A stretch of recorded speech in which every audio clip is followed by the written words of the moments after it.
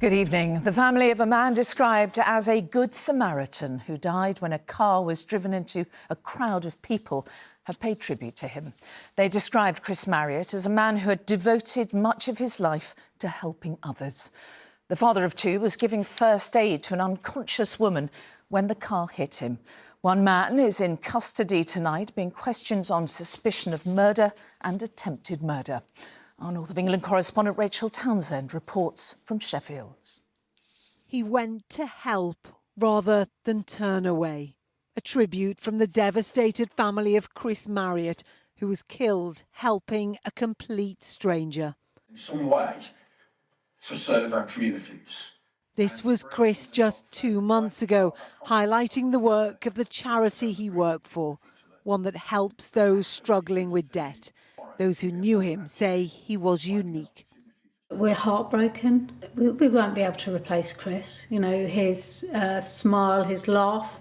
I think, that just sums Chris up, that he saw somebody that needed help, somebody from his community, and he was prepared to go and get his hands dirty.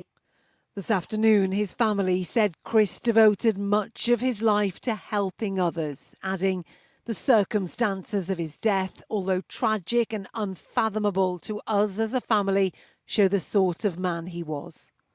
Chris was walking with his wife and 2 young sons when he ran to help a woman lying unconscious in the street. It's believed she was injured in a row following a wedding in the Burngreave area of Sheffield. As he gave first aid, a car ploughed into them, killing Chris and injuring several others. Shaukat Khan was at the wedding and spoke of his distress. He's been a good Samaritan and he lost his life, and it's just a big loss to the family and to the community in whole, actually, to be honest with you. We lost a good person there. Detectives are now trying to build a picture of the moments before this tragedy and believe that people living here in this community can help them. They acknowledge a possible reluctance to talk to police and say anyone can come forward anonymously.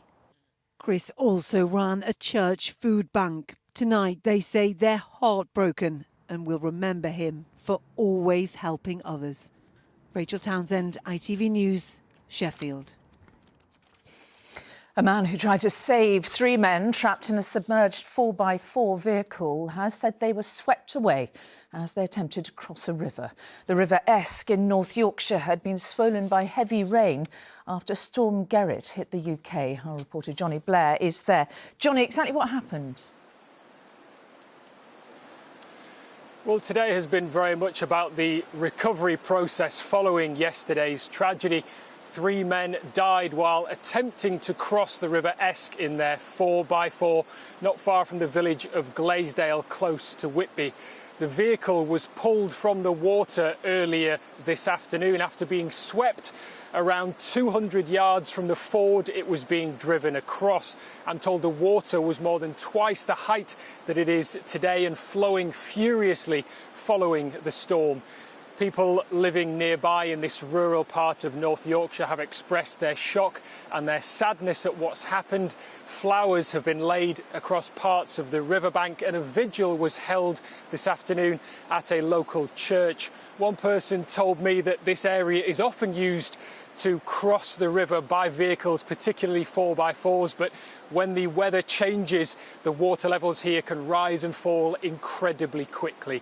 North Yorkshire Police are yet to confirm the identities of those who died, but have issued a warning reminding people to please take extra care if driving around water. Johnny Blair in North Yorkshire, thank you. Wave after wave of Russian missiles have rained down across cities in Ukraine. The sustained strikes killing at least 30 people and injuring many more. President Zelensky said Russia had deployed nearly every type of weapon in its arsenal. Tonight, the British government announced it's sending hundreds of air defence missiles to bolster Ukraine's defences. Gary Davis has the latest. They've lived with this war for almost 2 years, but there hasn't been widespread destruction like this for months. Across Ukraine, people search for survivors. These rescuers are looking for one man's granddaughters. Zaporizhzhia is just one of many cities across Ukraine where bombs rained down for hours. In Dnipro, a shopping centre was hit, and according to the city's mayor, 4 women in labour had to be rushed from a hospital as it came under attack. After hours pinned under rubble in Kharkiv, an elderly man was finally freed. He's one of hundreds injured in one of the biggest days of Russian airstrikes since the war began. Ukrainian President Volodymyr Zelensky believes Russia used almost every weapon in its arsenal. On X, he wrote, "My condolences to those who have lost their loved ones. I wish a speedy recovery to those injured. We will surely respond to terrorist strikes, and we will continue to fight for the security of our entire country, every city and every citizen." This latest attack comes after Ukraine's military destroyed a Russian warship. Some in Kyiv feared retaliation. A few days ago, we all know that our equipment shot down 3 of their aircraft, then sank the ship, she says. The new year is coming. That means joy for us. But I knew that it would not end well, that they would fire back very hard. Funding to Ukraine has slowed as the war has dragged on. This afternoon, the UK government called on the West to increase support as it announced a shipment of hundreds of air defence missiles. A modest aid package was released by the US this week, but until Congress can agree, more won't follow. Christmas celebrations have been violently interrupted, and the new year is uncertain. Carrie Davis, ITV News.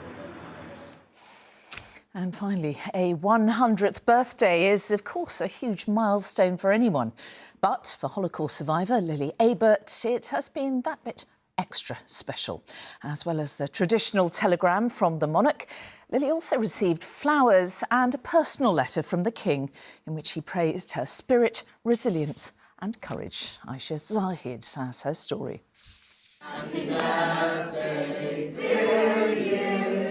Celebrating with friends and family, Lily Abert is marking a milestone few reach. For many, she's an inspiration. That's why birthday messages have been flooding in from all around the world.